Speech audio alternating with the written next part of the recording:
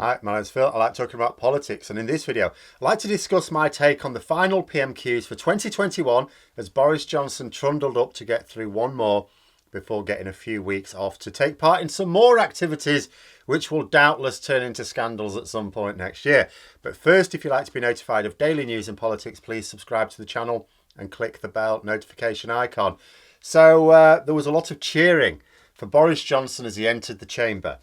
Now, this only happens for one of two reasons. If the Prime Minister comes in of whatever party and gets a massive cheer, then, actually I suppose three, it could be that they've just won an election. Well, that hasn't happened. But usually it's because they've done something remarkable, some great achievement, or at least his party think it's a great achievement. May not be an opinion shared with the opposition. But, here's the thing. Given that he's just suffered a huge rebellion the previous day, and only got his job done with Labour votes, and he's on the lowest approval ratings he's ever had, and on par with the final weeks of Theresa May's time in office. I'm guessing it's not that reason. There is another reason, and that is that the Prime Minister is in trouble and the whips have told the loyal MPs, which will be the majority of them for now, that they need to cheer him on and make out that, it's the sort of thing they'll say is, this is how it appears to the public. The public must know that he has the support of Parliament. I think that was probably the reason. Now, PMQs always opens up with a backbench MP asking a question. A Labour MP, Nick Smith, remarked that last week was Crime Week. They asked the Prime Minister how it went. So obviously this was being asked because Johnson has been shown to have literally broken the law himself, or at least very likely. And certainly some people around him must have. But he pretended that he didn't detect the barb and just said, oh yeah, this has gone terribly well. And we're putting in resources to fight crime and all the rest of it. But anyway, on to Starmer. He commented on the March of Omicron and again encouraged people to get their jabs, but then asked Johnson if he agrees that the 100 or so Tory MPs, it was 99 in the event, who voted against the measures the previous day were voting against measures to protect their lives. Now, obviously, Boris Johnson wasn't going to answer that a third of his MPs are trying to kill British citizens, or at the very least don't care whether they live or die. So he just said that the measure was passed with Tory votes.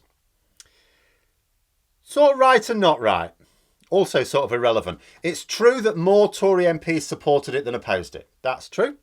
It's also true that more Tories supported it than Labour MPs, because there's far more of them. Way more of them. That's why they're in government. However, if Labour MPs had opposed it, the measure would have been defeated.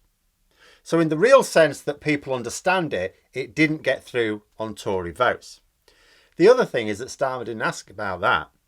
He wasn't asking about the 225 Tory MPs that voted for it.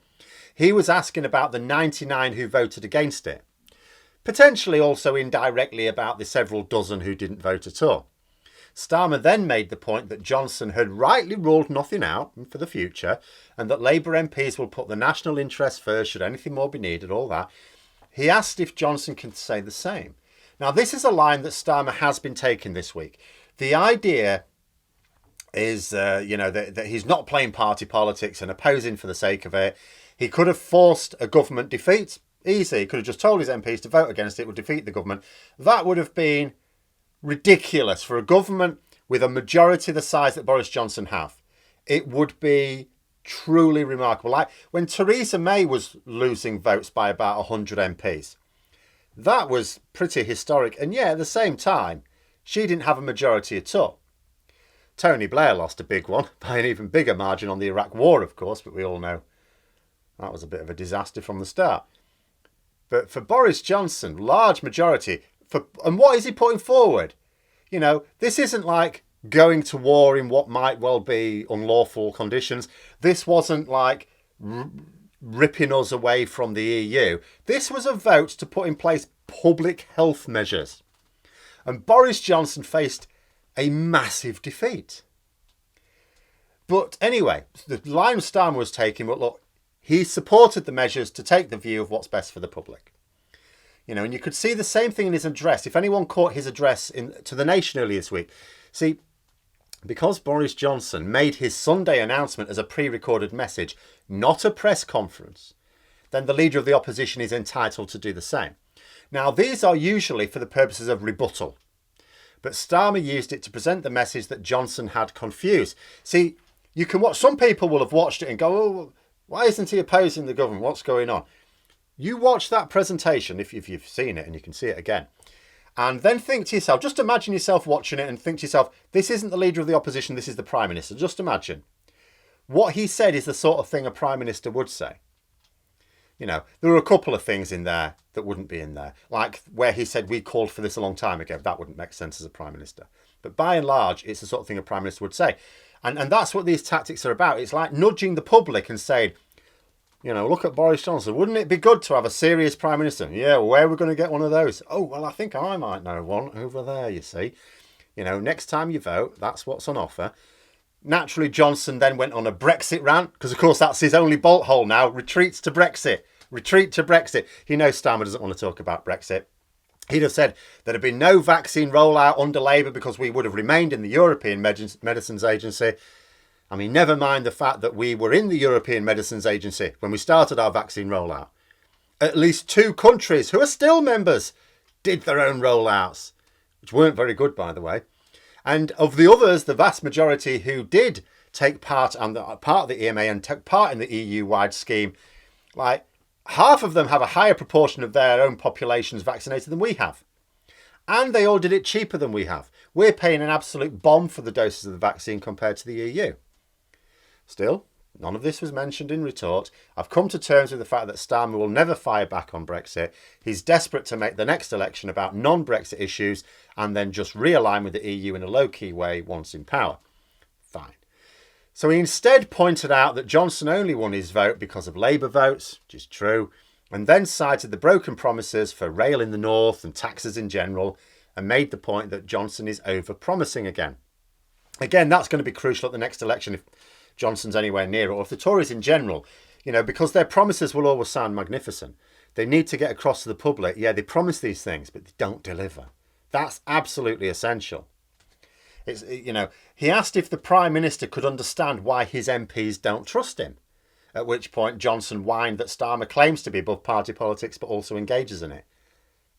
Yeah, that's the trick really, isn't it? The public hate party politics. It is unpleasantly divisive. But political parties are the route to power. I mean, it's not even just first past the post, even in proportional representation. Political parties are the route to power. So party politics is the game you have to learn to play. You just have to pretend you're not playing it. Johnson then said we'd delivered the fastest vaccine rollout in Europe. No, we haven't delivered the vaccine rollout at all. We haven't finished it. And in terms of a progress report, like, you know, how far we're doing, we're not even in the top 10. In fact, we keep falling behind nations that we were ahead of. Our booster rollout is going well in terms of raw numbers, but the actual, remember, the booster program is there just to help people who were already vaccinated because it wears off. Where's the drive to get the people who were never vaccinated? That's what's stalling. You know, so the proportion of our population that's fully vaccinated is mediocre at best and poor when you consider we started early enough. And then after another poke at the issue of trust, Starmer moved on to Christmas parties, of course, that Johnson claims he didn't know even happened when it happened in his own house while he was there. You know, he said that his MPs don't believe it, the public don't believe it. Starmer said that this Christmas, people are going to have to isolate. Can Johnson see that he will not have the authority to tell them that? And that's worth highlighting as well, just to bear in mind. See, normal restrictions aside, with the rise of Omicron, it has been suggested that 1 million people may need to be isolating as a result of infection or close contact this Christmas. That's how bad it's likely to get. But Johnson just stuck to his line about an investigation going on. Yeah, that would be the investigation being carried out by someone who was believed to be at one of the parties, who hasn't denied being at one of the parties. This is not unlike Ronald McDonald being asked to investigate if anyone puts lettuce in their burgers. He also tried to suggest that it's not really a matter that interests the public. Oh, really? That's why it's in every newspaper, every day, frequently on the front pages. I also wonder why he thinks he and his party have dived with all the grace of a lump of concrete in the polls. He then said that Starmer should explain why there are pictures of him quaffing beer. Now, I was genuinely confused about that one. I thought, what? Huh? Really? Obviously, there's never been any rules about drinking beer at any stage of the pandemic. But, if he's suggesting that he was doing it, having a party of his own, couldn't really believe that Starmer was silly enough to break any COVID restrictions. I mean, he's a pissing lawyer, for goodness sake.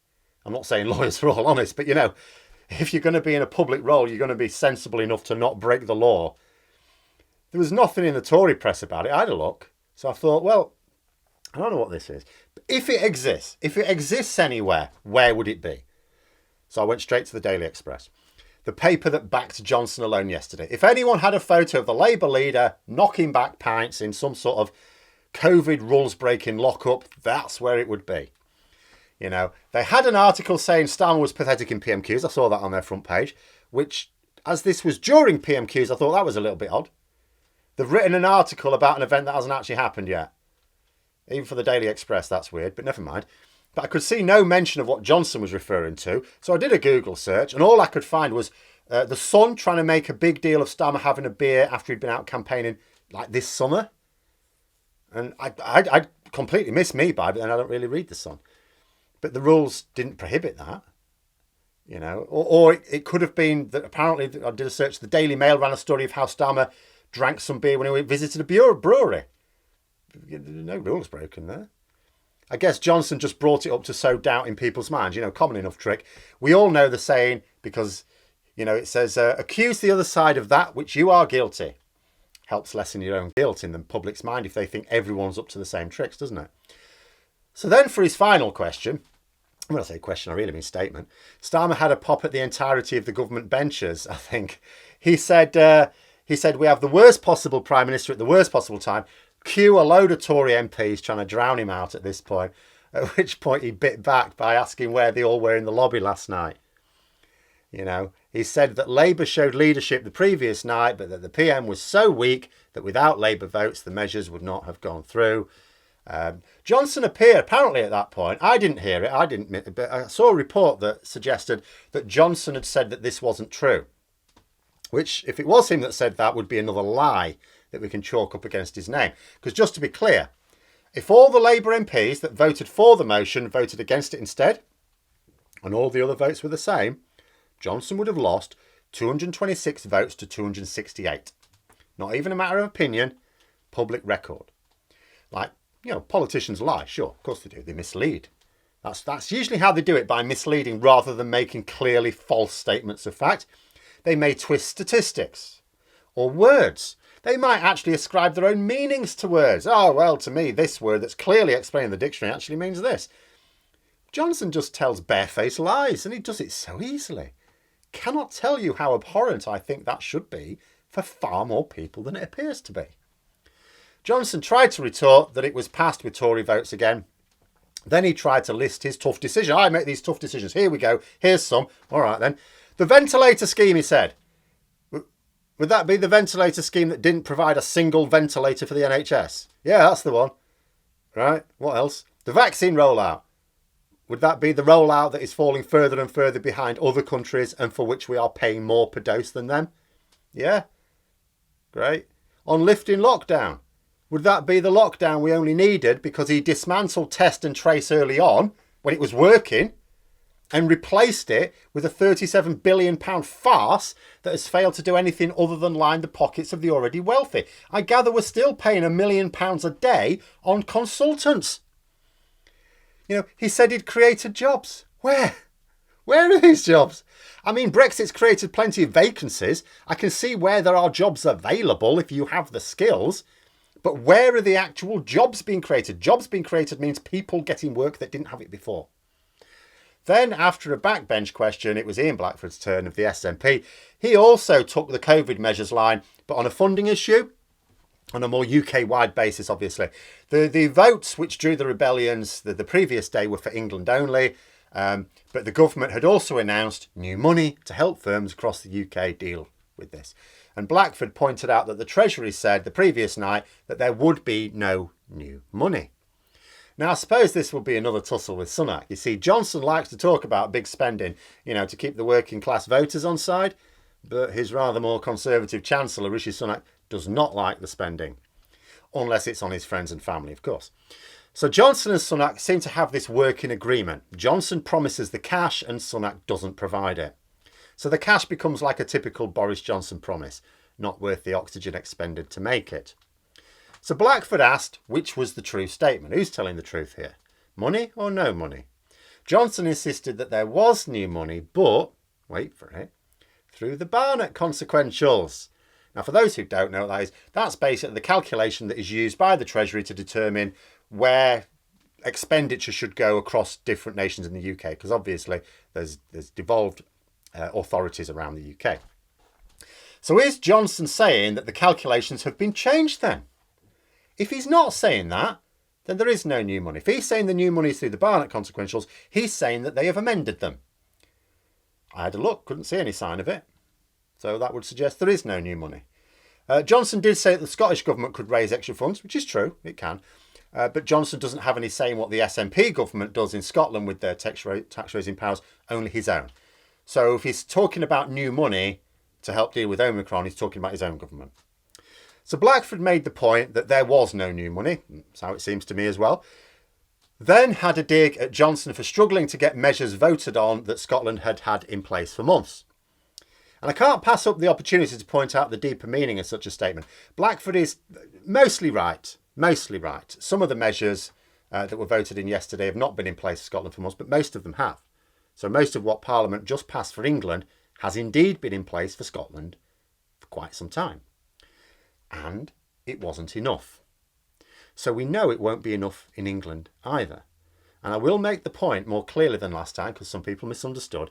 Experts have been clear about what we need to do here. Get proper ventilation into, well, all sorts of indoor areas, but particularly schools, and not make them pay for Dyson's new contraptions, which cost 10 times more than the standard purifiers that do the same job perfectly well. The government have not done this. Second, have face mask mandates in all places where there's indoor gatherings of different households, including when queuing for drinks and food in bars and restaurants. You can't have it on when you're eating or drinking, sure. You can have it at all the times. You can have it when you're queuing for them. And of course in classrooms.